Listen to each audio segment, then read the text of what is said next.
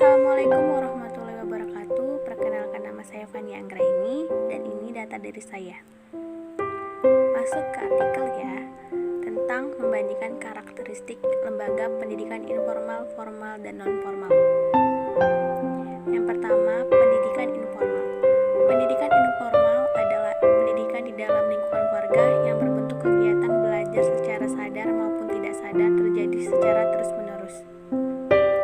Pendidikan keluarga ini merupakan pendidikan yang pertama dan utama bagi seorang anak karena karakter anak mulai dibangun dari keluarga, sopan santun, tata krama, dan norma-norma yang sesuai dengan adat istiadat budaya setempat.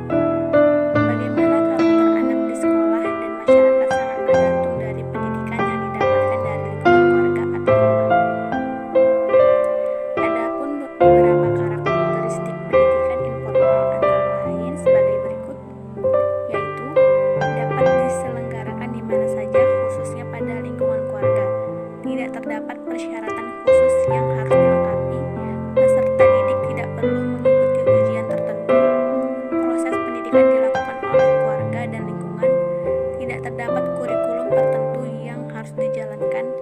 Tidak terdapat jenjang dalam proses pendidikannya. Proses pendidikan dilakukan secara terus-menerus tanpa mengenal ruang dan waktu. Orang tua merupakan guru bagi anak didik. Tidak terdapat manajemen yang jelas dalam proses pembelajaran. Tidak perlu adanya kredensial.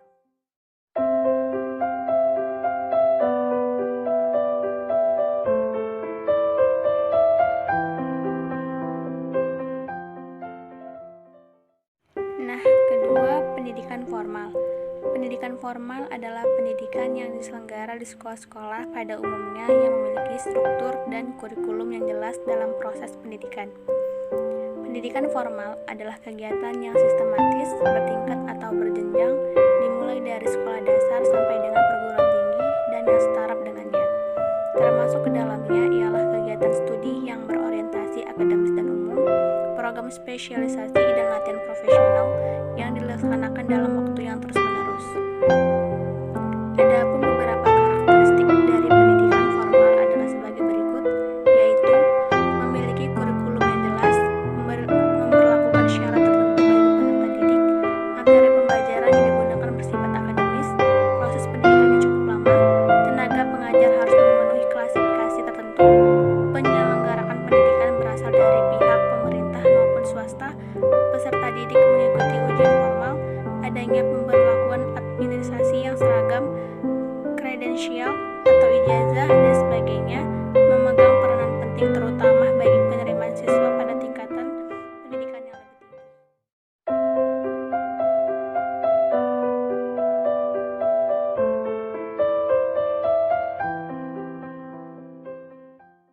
Selanjutnya yang ketiga, pendidikan non-formal. Pendidikan non-formal adalah pendidikan di luar dari jalur pendidikan formal yang dapat dilaksanakan secara terstruktur dan berjenjang untuk memenuhi kebutuhan pendidikan peserta didik tertentu untuk mendapatkan informasi tertentu, pengetahuan, pelatihan, serta bimbingan sehingga ilmu yang didapatkan mampu bermanfaat bagi keluarga, masyarakat, dan negara. Contoh, pendidikan non-formal paling banyak ditempuh pada anak usia dini. Misalnya saja, taman pendidikan Al-Quran yang banyak terdapat di masjid dan sekolah minggu yang terdapat di semua gereja. Selain itu, ada juga berbagai kursus, diantaranya kursus musik, bimbingan belajar, belajar masak, bela diri, memanah, renang, berkuda, panjat tebing, kursus komputer, dan lain-lain. Pendidikan non-formal lebih dikhususkan untuk pengembangan bakat dan minat anak sehingga jenis pendidikannya sangat tergantung dari pilihan anak tersebut. Pendidikan non-formal juga dapat diartikan sebagai pendidikan di lingkungan masyarakat.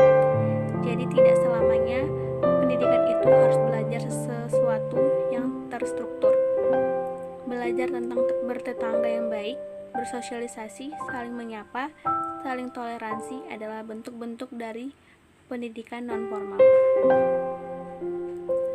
Adapun beberapa karakteristik pendidikan non-formal antara lain sebagai berikut, yaitu bertujuan untuk memperoleh keterampilan yang segera akan dipergunakan, Pendidikan non-formal menekankan pada belajar yang fungsional, yang sesuai dengan kebutuhan dalam kehidupan peserta didik.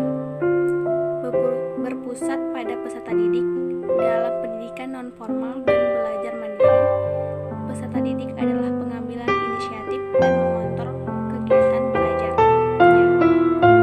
Waktu penyelenggaraannya relatif singkat dan pada umumnya tidak berkesinambungan. Menggunakan kurikulum kafetaria, kurikulum bersifat fleksibel, dapat dimusyawarahkan secara terbuka dan banyak ditentukan oleh peserta didik. Menggunakan metode pembelajaran yang partisipasif dengan penekanan pada pelajar mandiri. Hubungan pendidik dengan peserta didik bersifat mendatar. Pendidik adalah fasilitator, bukan menggurui. Hubungan di antara kedua pihak bersifat informal dan akrab. Peserta didik memandang fasilitator sebagai narasumber dan bukan sebagai instruktur. Mengingat sumber-sumber untuk pendidikan sangat langka, maka diusahakan sumber-sumber lokal digunakan seoptimal mungkin. Kredensial umumnya kurang memegang peran penting, terutama bagi penerimaan siswa. Sekian dan terima kasih, semoga bermanfaat ya guys. Maaf jika terjadi kesalahan.